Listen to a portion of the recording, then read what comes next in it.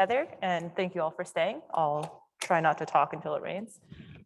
So the work that I'm presenting is based off of this project that I worked on, the Express Stellar Signals project, which was really a community-wide effort to try and understand where we were with disentangling stellar signals, right? This huge source of noise that we're all worried about, including many people in the room. And so this incorporated 11 teams with over 50 participants that tested a total of 21 different methods on the same Express data that we shared. So to kind of summarize the results, I'm showing this plot from the summary report where Express gave out these 4 different data sets, which are shown in each of the columns, and they varied in activity level, presence of planets, the sampling that they had. And on the bottom row, I'm showing a bar for each of the methods that was tested, and they're organized by the final RMS that they returned of their like quote unquote clean RVs. So RVs that were devoid of any activity signals. And so they're ordered from left to right in terms of decreasing RMS in each plot. And when I made this plot, I had a lot of dreams that turned out to be shattered. For example, I thought there would be one method, for example, that was all the way to the right of each of the plots and was doing the best in returning the lowest RMS for each of the data sets. But that isn't really what we saw. All of the methods performed differently relative to the other methods and all the different targets. And so there really wasn't a clear conclusion of which method was quote unquote doing the best. The bars are also colored based off of what input data they had, from like just the RVs and the classic activity indicators up to using the CCFs or the full spectra.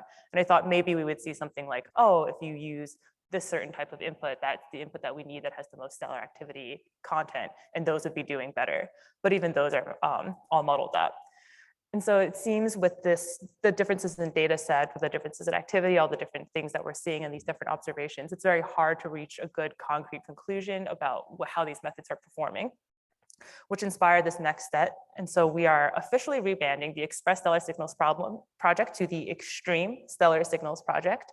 I will continue to be a community-driven project, but now I also using more data than just from Express. We're also incorporating data from HARPS North and NUID, and we're going to be focusing on solar data in this next one, which is why I'm in this session. And so these 4 different instruments generously shared their solar data from 30 days in May, June of 2021. I'm showing here on the x-axis UTC hour of day to kind of lock them all into the same time scale. And at the top to kind of give a frame of reference, I'm showing the local air mass of the sun at each of those observations. So the sun rises first in the Canary Islands, it rises in Chile, and then in Arizona where Express and NUID both are. On the square plot, I have a marker, so in the y-axis, each one is a different of one of the 30 days of data that was shared. And each one of the markers is the timestamp of one of those observations. And so here you can see where each of the observations that were shared falls, which also helps you see where the observations overlap. And so we have more than one instrument looking at the sun at the same time, but also where there might be gaps throughout the days where that overlap is not something that we have anymore, and making the comparisons a little bit different. As for the RVs themselves, here I'm showing the standard pipeline RVs from each of the 4 instruments over these 30 days.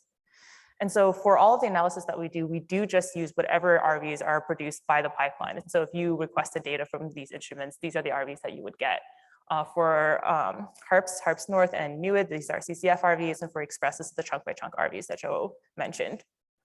And to make it easier to compare them directly, since they were taken at different times and therefore sample like short-term signals like the oscillations at different places, we bin them to shared 5-minute timestamps. So we set up these 5-minute timestamps for each day, and then linearly weight the observations closest to it to come up with a binned time that should mitigate a lot of the P-mode oscillations.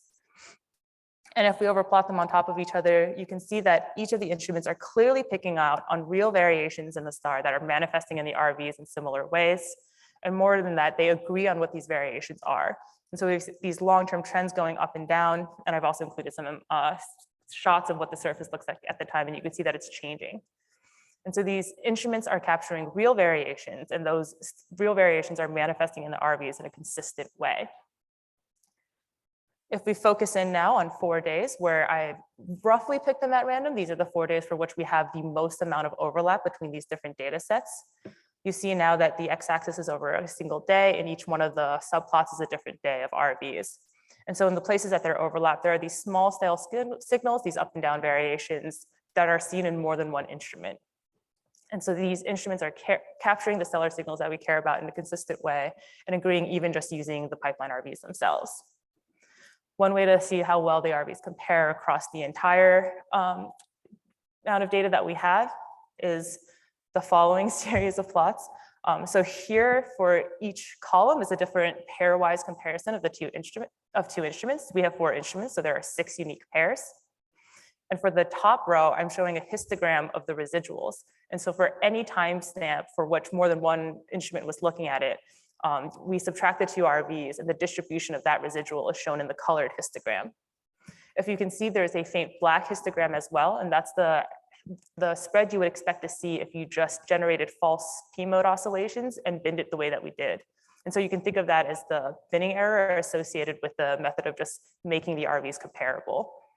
And so though we see a spread, as you can see in each plot, the RMS is listed of like 30 to 40 centimeters per second. The spread actually is commensurate with the error you would expect just from the binning alone and the analytical errors given by the RVs. And on the bottom row, I'm showing the RVs just plotted against each other along with a diagonal line where if they perfectly agreed with each other, we'd expect them to fall on the line exactly, but there's a bit of scatter given those 2 sources of error. Which is to say, just using the pipeline RVs, the instruments really are tracking the same signals. And as we saw before, those signals are real. It isn't just random scatter. There's coherent signals from stellar surface variations. Something else that we looked at is we can also take these residuals, and rather than just looking at how they fall relative to each other, we can also phase them by time of day. And doing so really highlights issues that are more terrestrial in nature, right? If there's something wrong with the pipeline, for example, because the sun doesn't care what time of day it is on the Earth. And so if we see any coherent trends here, it's more likely something with how the data is being processed or taken. And so as Zhao mentioned, this was the first time that we saw that jump in solar noon that we had to correct for by comparing the express and NUID data. And you can still see with the express and NUID residual comparisons in the bottom 2 subplots, the red and green points, that there does seem to be this long-term trend towards the end of the day. And we think it might be because the correction that we use for the express solar noon inherently folds in some sort of differential extinction correction as well, since that will be tied to the same variables that we're using to correct for the solar noon problem. And as Andrea mentioned, since NUID doesn't explicitly correct for that, that might be the leftover trend there. We're also noticing in the HARPS residuals for this, so the second plot from the top, that there seems to be these oscillations back and forth that you can see. And it's interesting because you can see these wiggles present in the residuals of more than one instrument. And so by having all of these different instruments, we can tie that back to something that might be arising from the way that the HARPS data is treated rather than the other instruments, much like how you would want to bring 3 clocks on a boat. And so in summary, completely unbiased, I think everyone should observe the sun. Clearly the instruments are doing very well. And so from that, we know that these instruments truly are picking up on the RV signals that we care about from the stellar variations. And it's making for an extremely powerful data set for understanding stellar signals. And of course, this will only continue to get more interesting as all of the issues that we've been hearing about come online. And so here I've remade the air mass plot with the instruments that do exist and upcoming instruments. And so if you are commissioning a solar telescope, I encourage you to work really hard at UTC hour 18, where an optimist might think we'd get 8 total instruments looking at the sun. And of course, the sun is only getting more and more active in its cycle. And so we'll have more and more variability to sink our teeth into. And so we will have this data set where we know that we're capturing real stellar signals.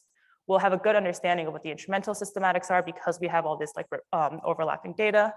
And it's an incredibly high SNR and cadence that we can degrade to more realistic cadences as needed. But at the same time, I think it's also important to go ahead and observe everything else as well.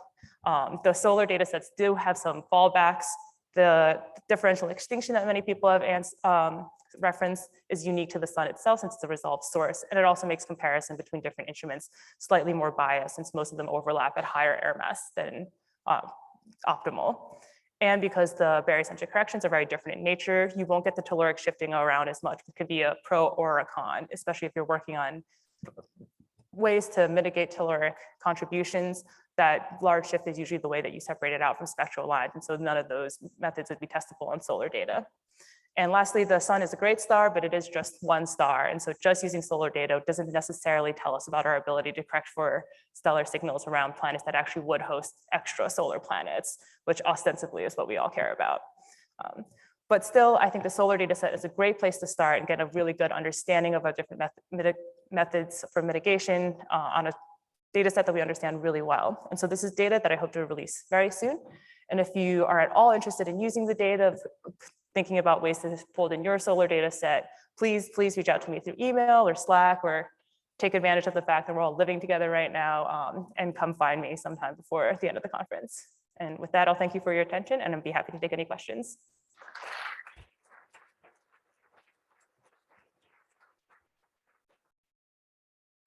Thank you, Lily. All right, we've got an eager question over here. Oh, and welcome. Yeah. For diurnal effects, have you looked at telluric lines? Can you see the winds, terrestrial winds in the data? We haven't looked at the telluric lines very closely, no. But it would be interesting to see if they were similar throughout the different instruments. Yeah. That might, if you see an effect in the sun that's oscillatory, but not in the telluric lines, then that would tell you something about the origin of it. Yeah. But I think one would think that the wind is different at the different observatories. And so if it's something we see in the different instruments, it's probably solar. Yeah. Okay, so. Hi, Lily. Thanks for that. Very exciting stuff. Is there a future effort to try and basically share common individual lines for the rate of velocity measurements? You said that everyone's using their individual pipelines, all of which are presumably using similar but not identical masks, for example. Yeah, that's a perfect question that I definitely didn't plan. Where is my extra slide? So it's something that I'm working on currently, and it's somewhat illustrated by this plot, is deriving standardized CCFRVs to try and get a little bit closer to having that sort of standardized pipeline. And so the idea is that for each order, one of which I pictured here for each of the 4 instruments, you can see one that the blaze do line up quite well, even though the throughput is different. And so there's still a difference in the amount of signal in each line. But the way that the CCFs are run now are shown in the second plot. And so those are the different CCF lines and their relative weights that are being incorporated in the CCFs. And those also vary. And so the way that we're standardizing these CCFs is I'm rerunning all the CCFs using the same pipeline and the same exact mass. So the same exact line list, only a line that appears in all 4 of the instruments will be considered, and using the same weights. And so in that way, at least the line information and the amount that is weighted is consistent, but there will still be differences in like the signal of the lines and other things that you can't really control. Okay, we have a question online. Sharon wants to know via Slack, are there any plans for the upcoming solar eclipse with your multi-instrument observations? Ooh, there aren't, but there should be. That would be pretty cool, yeah. Okay, I think we are technically out of time.